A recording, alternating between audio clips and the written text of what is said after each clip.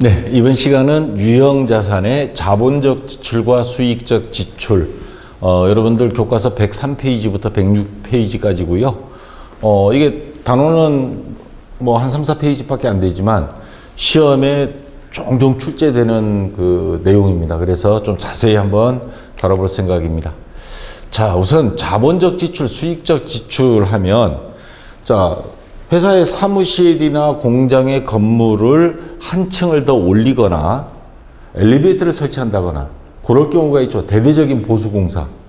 이럴 때는 자본적 지출, 이게 다른 말로 자산 증가를 말하는 겁니다. 왜냐하면 가치가 올라가잖아요. 그래서 자산 증가로 처리하고요. 그 다음에 유리창, 뭐 태풍이라든가 비바람에 유리창이 깨졌다든가 건물이 너무 낡아 보여서 페인트, 도색 작업, 페인트 칠을 다시 한다든가 그렇게 할 때는 수익적 지출, 수익적이다 해서 수익 발생이 아니고요. 수선비라고 하는 비용 발생으로 기록하는 것. 요게 바로 수익적 지출이라고 그럽니다. 자, 자본적 지출은 자산 증가로 처리하고 수익적 지출은 비용 발생, 수선비 같은 걸로 처리한다는 말입니다. 자, 그래서 이게 수능에 나왔던 그림입니다, 이게. 예를 들어서 돈이 나갔어요. 돈이 나갔는데 그 나간 돈의 용도가 지출된 효과가 미래의 경제적 효익을 증가시키는가? 다시 말해서 자산이 취득 원가, 자산 가치가 올라간다든가 건물을 1층짜리를 2층으로 올렸다든가 그 다음에 요거는 나중에 감가상각을 통해서 비용으로 처리하지만 어쨌거나 자산이 증대가 됐는가, 자산 가치가 올라갔는가, 아니면 자동차 올 수리를 해서 수명을 길게 만들었어요. 내용연수라 그러죠. 자, 유형자산의 내용연수, 수명을 길게 만들면 그런 경우라든가. 그래서 미래의 경제적 효익을 증가시키는 것인가? yes 하면 자본적 지출. 아니요, 요거는 현상 유지. 유리창 깨진 거 그거 뭐 종이 붙여놓을 수 없잖아요. 유리창 교환해 주거나 페인트 칠을 하거나 자산가치 증대가 아니고 원상 복구 수준의 지출이다. 돈이 나갔다. 그러면 그거는 비용으로 처리해서 수선비 같은 개정 과목을 사용합니다. 자, 크게 자본적 지출, 수익적 지출은 이렇게 나누고요. 실제 분계는 어떻게 하는지 그 사례별로 한번 보겠습니다. 자, 여러분 교과서 103페이지에 있는 우선 자본적 지출, 건물 증축, 돈 나갔어요? 그러면 건물이라는 자산 증가. 이렇게 기록하는 겁니다.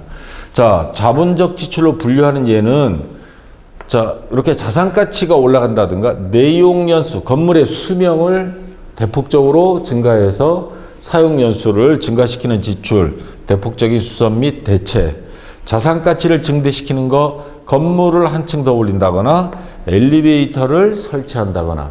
엘리베이터 있는 그 연립주택과 아닌 아파트들 있죠. 엘리베이터 있고 없고 그 아파트 가격 차이 많이 납니다. 사람들이 불편하기 때문에.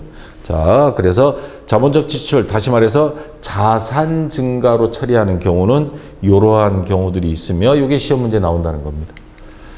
자, 반대로 비용으로 처리하는 수익적 지출. 자, 요거는 수선비, 건물을 수선해서 원상복귀하는 정도. 돈은 나갔고 그냥 비용으로 처리한다는 겁니다.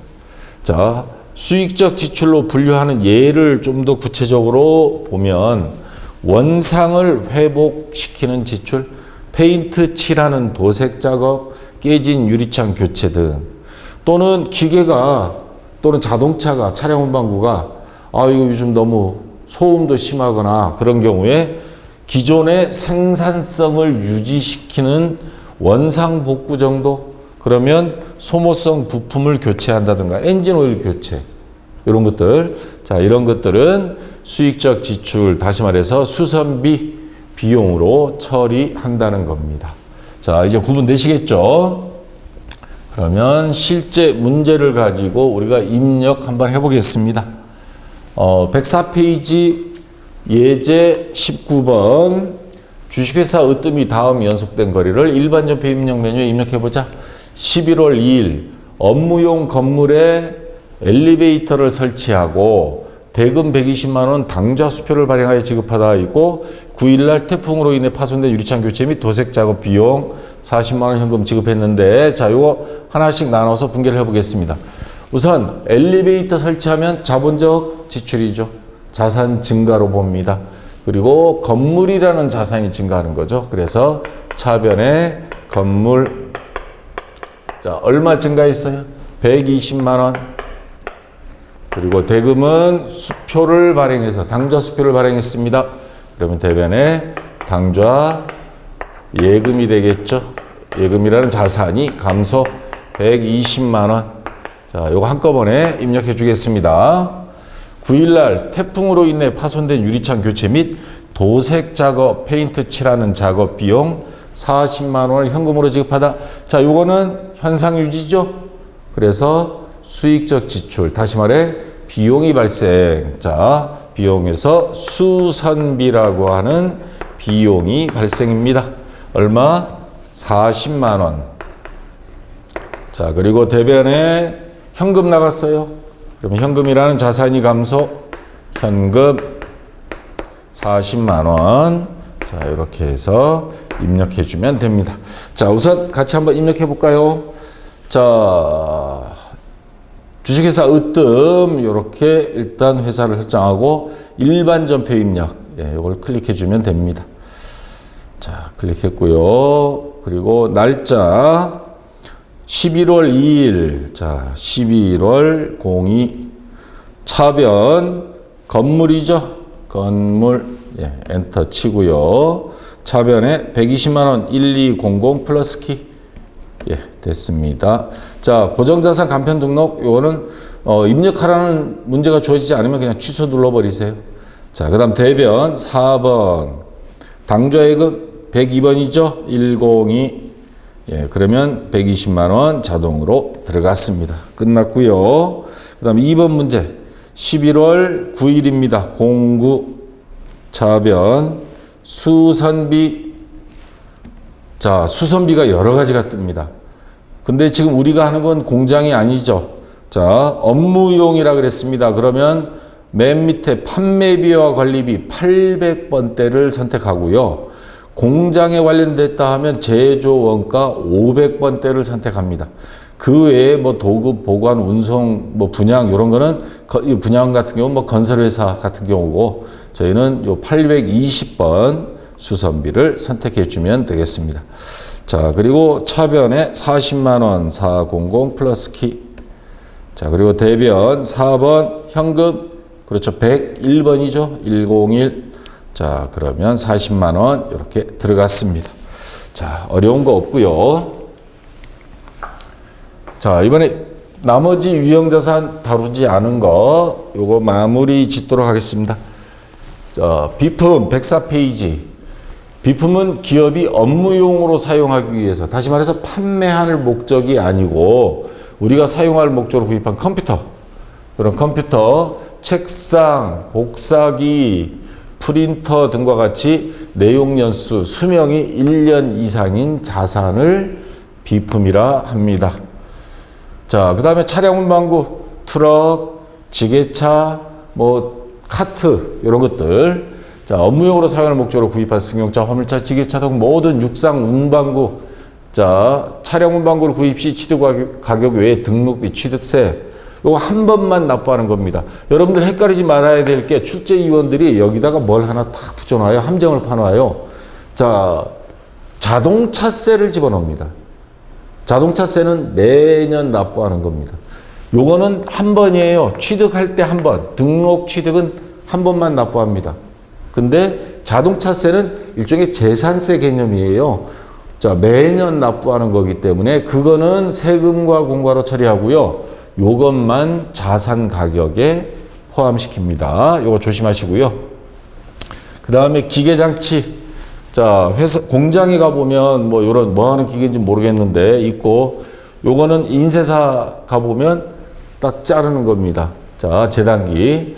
자, 공장에서 사용하는 각종 기계와 부속 설비, 운송 설비 등 일체를 말하며 기계장치를 취득 시 취득원가는 마찬가지 매입 가격의 수송비, 설치비, 시험 가동비까지 제 비용을 더해서 기계장치 자산 장부가액으로 기록합니다. 자, 직접 문제 한번 해볼게요. 예제 20번 105페이지.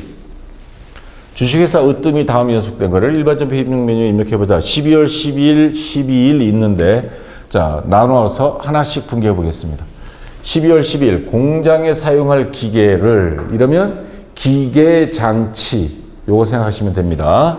80만 원을 구입하고 대금은 설치비가 5만 원 들어갔고요. 시운전비 정상적으로 작동하는지 전문가가 와서 가동해 보는 겁니다. 만약에 기계에 문제가 있다면 반품시켜야죠. 자, 함께 수표를 발행하여 지급하다. 설치비와 시운전비는 자산 가격에 아까 더해 준다 그랬죠. 그러면 80만 원에 12만 원 더해서 92만 원이 됩니다. 그래서 차변에 기계장치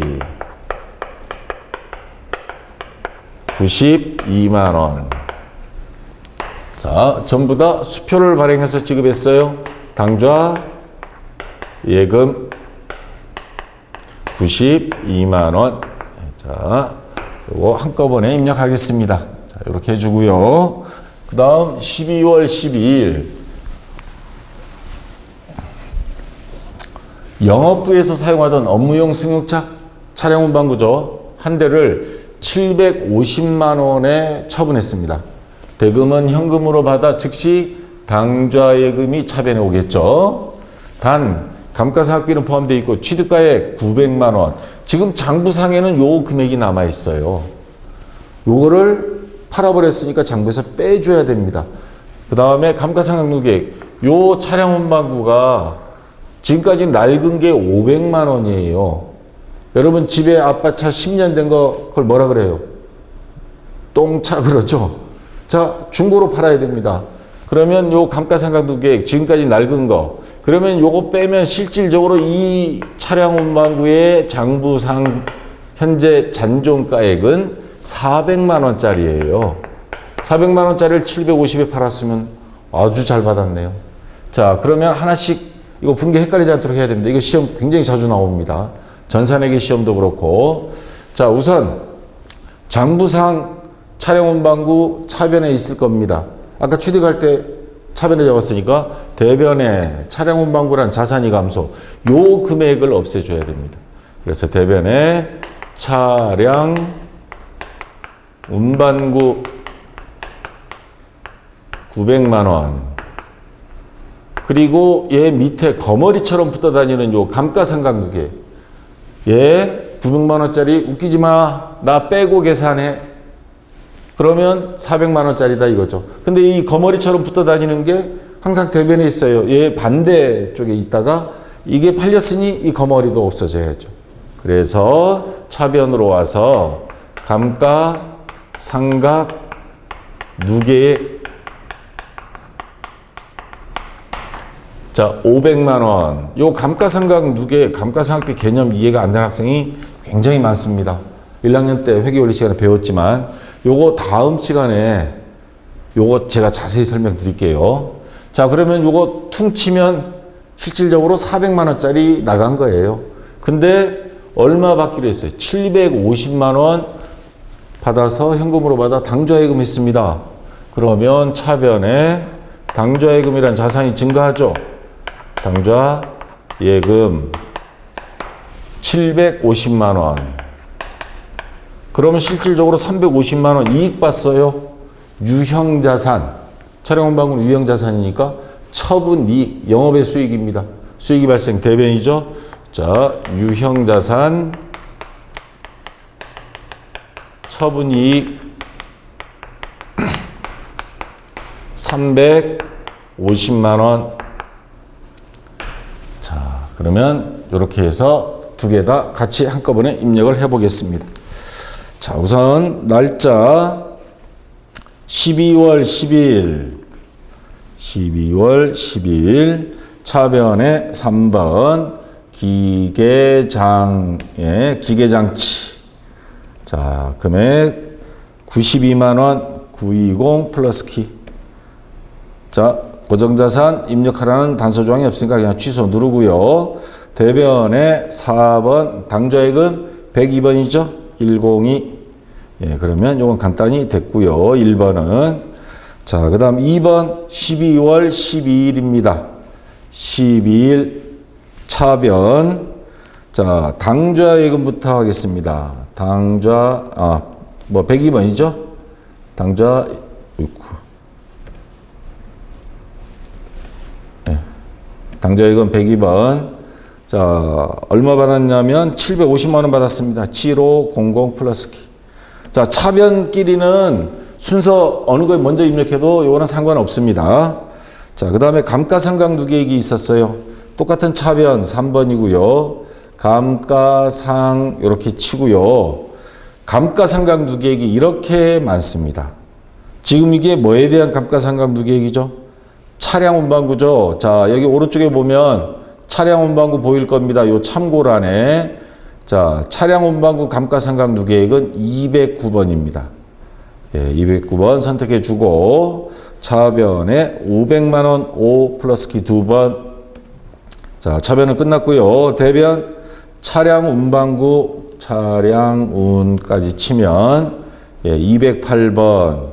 자, 차량 운반구 장부상 금액 취득가액은 900만원이었습니다. 9 플러스 키 2번. 또 대변 유형자산, 예, 유형자산 처분이익 914번입니다. 요거 확인 눌러주고요. 350만원 자동으로 이렇게 입력이 됐습니다. 자, 분계만 정확히 하면 입력하는데 그렇게 어려운 거는 없습니다.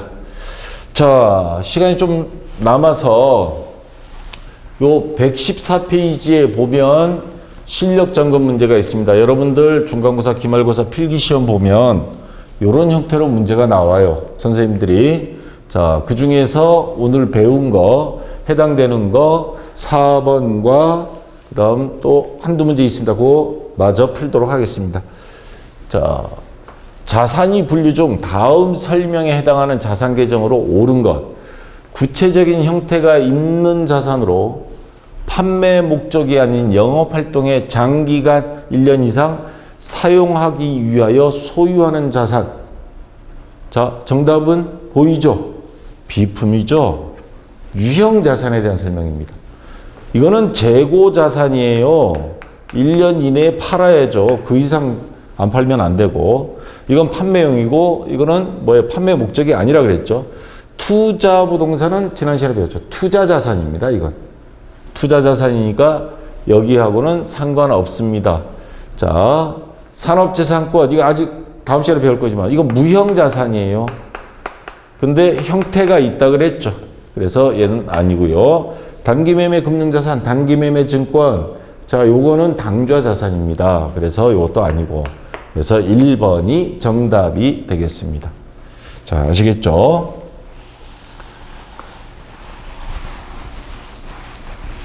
자, 그 다음 6번 문제입니다. 유형자산에 대한 설명으로 옳은 것. 토지, 건물, 비품, 기계장치. 맞아요. 감가상각 대상자산이다. 감가상각 뭐예요? 낡아서 가치가 떨어지면 감가상각비라는 비용으로 적죠. 근데 여기서 잘 봐요. 건물 낡아요. 비품 마찬가지. 컴퓨터 같은 거. 기계도 낡아버리죠. 근데 토지 이거 함정 파놨습니다. 야, 저 땅 1만 년 된 거야. 버려. 그거 무슨 미친 소리죠. 토지는 감가상각 대상이 아닙니다. 그래서 여기에 함정을 파놨어요. 그래서 옳은 거 찾으라 그랬으니까 1번은 아니고요.